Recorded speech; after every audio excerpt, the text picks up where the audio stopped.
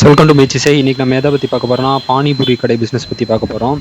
So சென்னையில் வேளச்சேரியில் பார்த்திங்கன்னா ஒரு பானிபூரி கடைக்கு வந்தோம். ஸோ அந்த பானிபூரி கடையில் வந்து எப்படி வந்து அந்த பிஸ்னஸ் போகுது, ஸோ சென்னையில் எப்படி பானிபூரி பேல்பூரி இதெல்லாம் சேல்ஸ் ஆகுது அப்படின்னு ஒரு விஷயத்தை வந்து ஒரு அண்ணங்கிட்ட நம்ம கேட்டு வந்து தெரிஞ்சுக்க போகிறோம். ஸோ வெல்கம் டு மீச்சிசை. ஸோ இன்றைக்கி நம்ம எங்கே இருக்குன்னு பார்த்தீங்கன்னா ஒரு பானிபூரி கடையில் வந்து நிற்கிறோம். ஸோ பானிபூரி கடை ஓனர் யாரும் பார்த்தீங்கன்னா அன்புங்கிறவர்.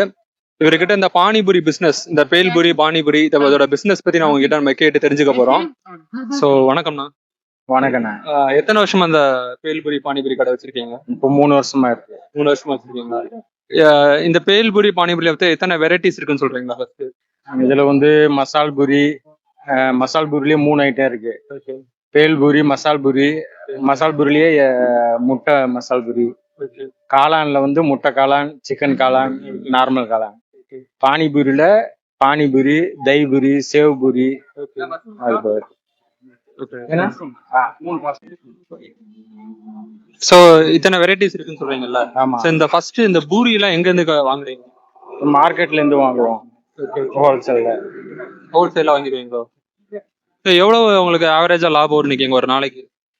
என்ன ஒரு நாளைக்கு இப்போ விற்கிற விலைவாசி தான் அதிகமா இருக்கு.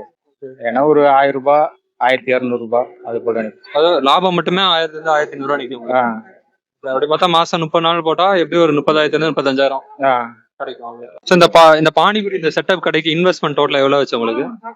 எனக்கு இன்வெஸ்ட்மெண்ட் பாத்தீங்கன்னாக்கா வண்டி செகண்ட்ஸ் தான் வாங்கினேன். ஒரு ரூம் அட்வான்ஸ் பொருள் எல்லாமே சேர்த்து ஒரு 85,000 ரூபாய் வரும். 85,000.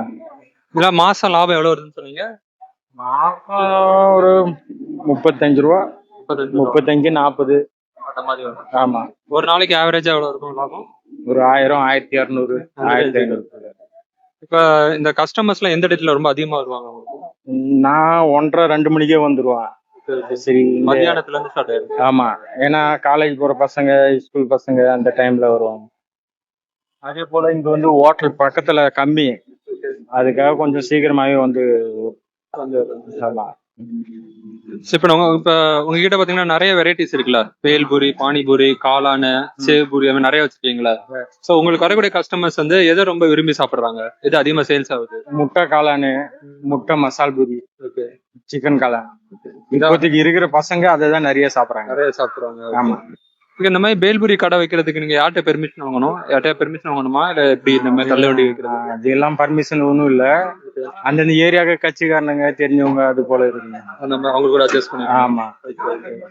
ஓகேண்ணா. இப்ப இந்த பூரிலாம் அந்த பண்றதுலாம் அந்த ரீல்ஸ் யூடியூப்லாம் காமிச்சிருக்காங்கல்ல, அந்த மாதிரி இப்படி பசங்க ஏறி மிதிக்கிறாங்க அப்படிலாம், அது வந்து என்ன சொல்றது, வீட்டுல மாவு பிசைஞ்சு செய்வாங்க இல்லையா, அது ஒரு சிலர் 100ல ஒருத்தர் எவனா பண்றது இப்போ எல்லாத்துக்குமே பாதிக்குது. அதுக்காக தான் இப்போ அந்த பூரி எல்லாம் வாங்குறது இல்ல.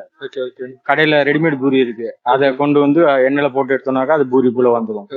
அதுதான் பிரச்சனை இல்லை, அதெல்லாம் ஒன்றும் பிரச்சனை இல்லை.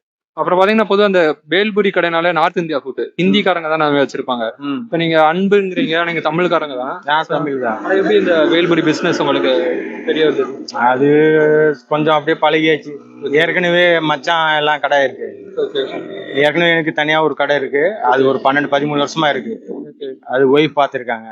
இப்போ நான் இப்போ 3 வருஷமா இதை நான் பாத்தேன். ஆனா இது கத்துக்கிறது ஹிந்திக்காரங்க இருந்து கத்துக்கிட்டீங்களா? இல்ல, எங்க ஆளுங்களே நிறைய பேர் இருக்காங்க சென்னையில. ஆனா நான் பொதுவா பேல்பூரி கடைனால ஹிந்திக்காரங்க சொல்லுவாங்க. இல்ல, ஹிந்திக்காரனுங்களா அவங்க வேற ஸ்டைல போடுவாங்க, நம்ம வேற ஸ்டைல போடுவாங்க. இந்த கஸ்டமர்ஸ் எல்லாம் இருக்காங்கல்ல, இங்க ஒரு நாளைக்கு ஒரு 1000 1500 வருது லாபம் வருதுன்னு சொல்றீங்கல்ல? ஆமா சார். ரெகுலர் கஸ்டமர்ஸ் அப்படிலாம் இருக்கிறாங்களா? ஆமா, நிறைய பேர் இருக்காங்க. ரெகுலரா வந்து சாப்பிடுவாங்க. டேஸ்ட் பிடிச்சு சாப்பிடுவாங்க. ஆமா, கடை போடலாம் கூட போன் பண்ணுவாங்க, கடை போடலையா அப்படின்னு சொல்லி. சார் இந்த ஒரு முட்டை காளான் வந்து போட்டு காமிக்கிறீங்களா?